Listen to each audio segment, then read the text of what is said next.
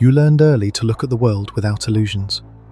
Not because someone deliberately wanted to make you harder, but because one part of your childhood still told you that everything should be clear, solid, and permanent, while the other was already whispering that everything could change at any moment. Home, work, money, rules, the very feeling of the future. You remember that strange atmosphere that is difficult to explain to someone who grew up later.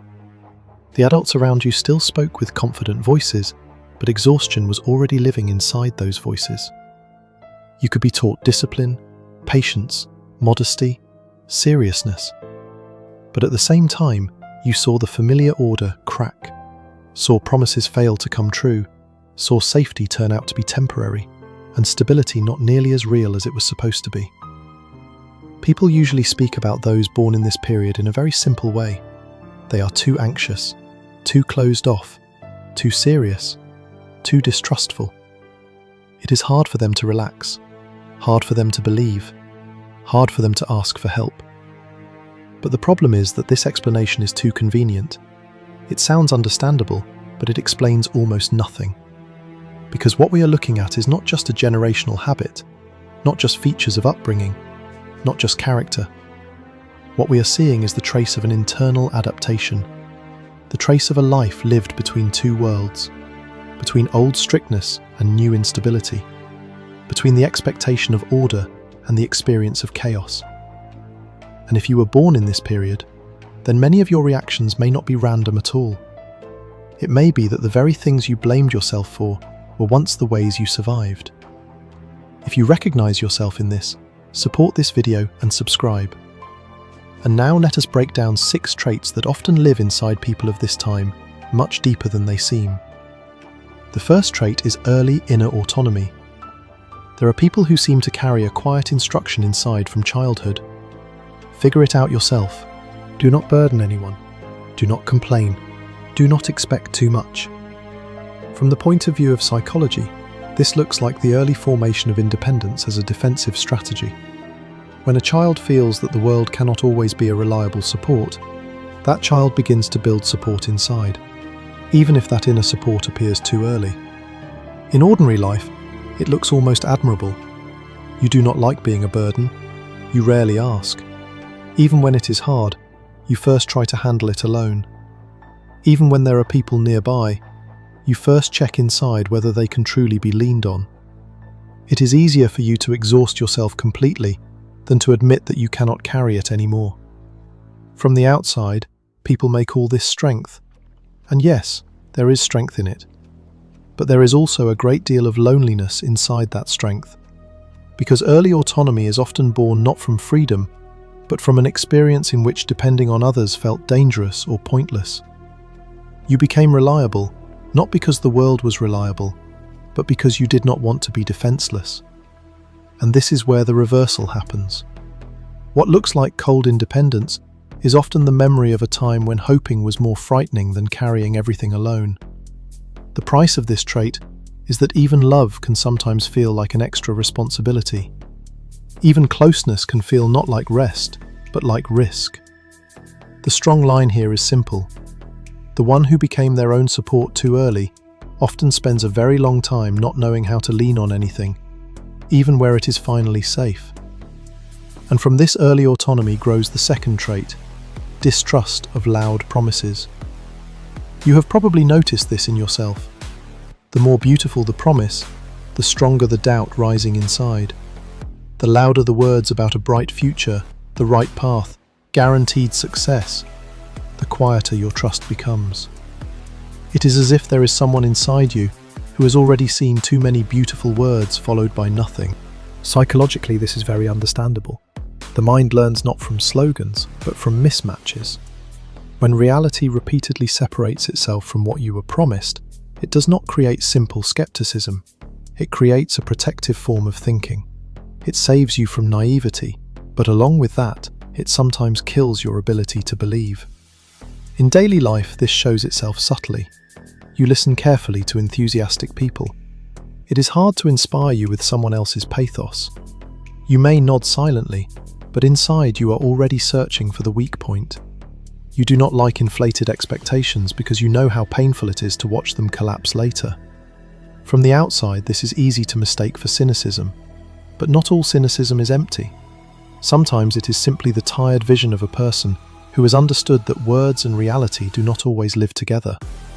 And still, this quality has a heavy cost, because together with the noise of false promises, you sometimes filter out genuine hope. Together with lies, you begin to suspect the truth itself. So it is important to name this honestly.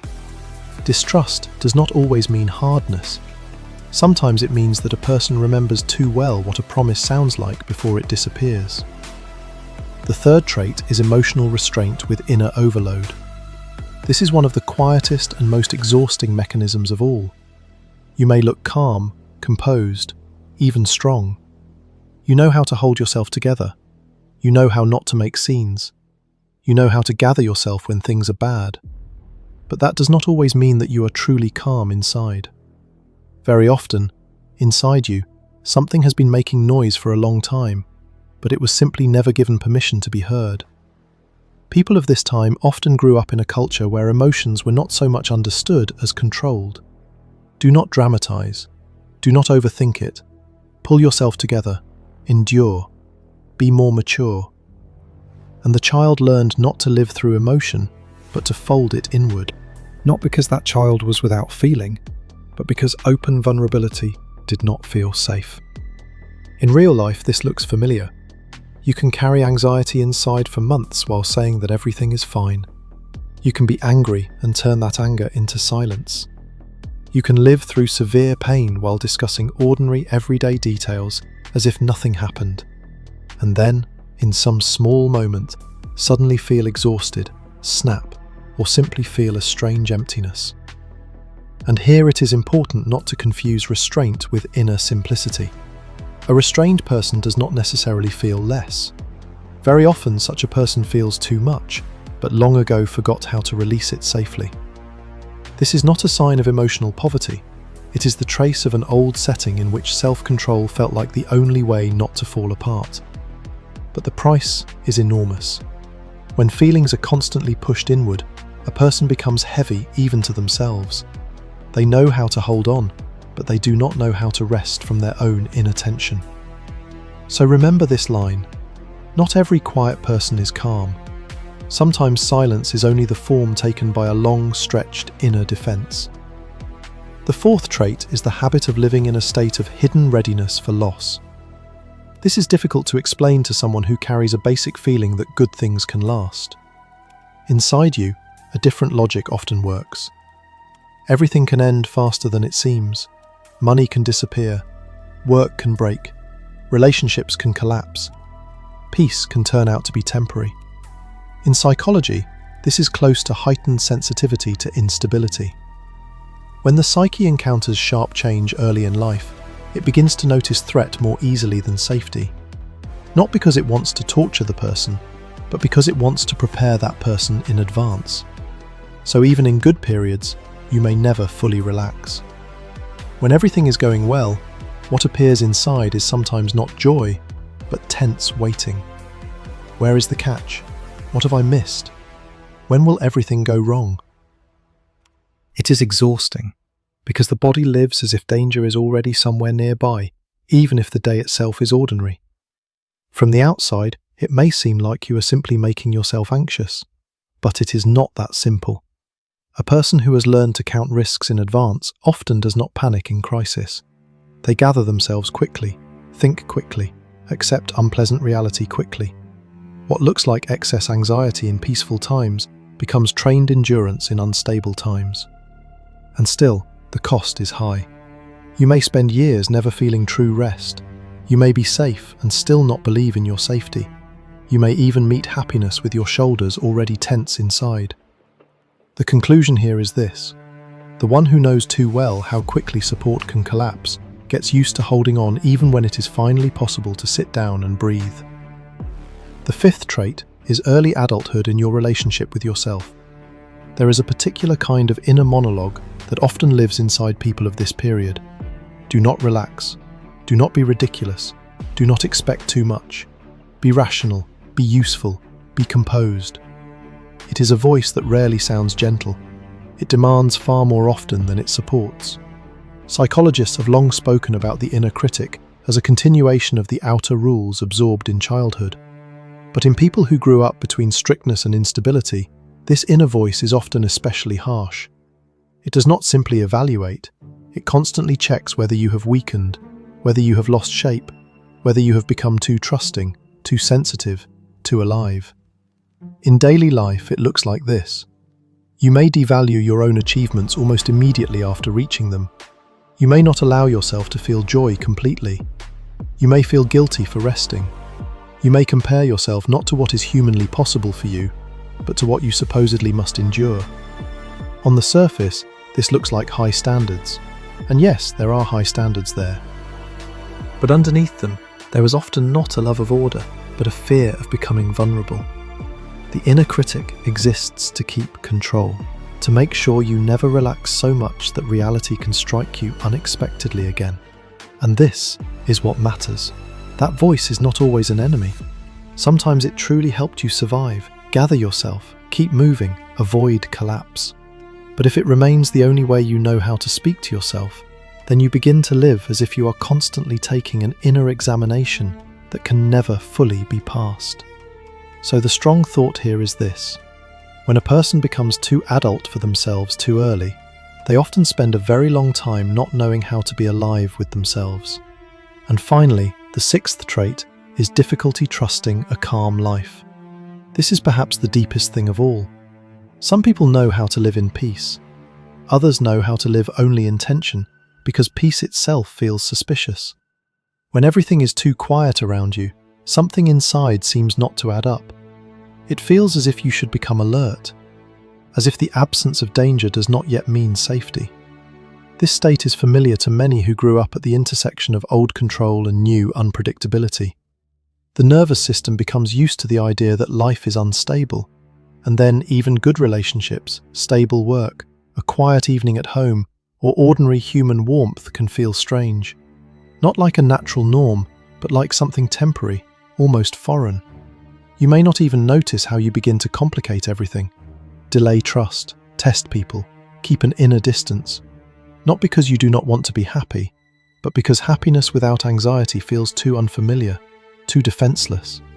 From the outside, people may once again call this a difficult personality, but in reality it goes deeper than that. The difficulty of trusting calm does not appear in those who are spoiled by drama.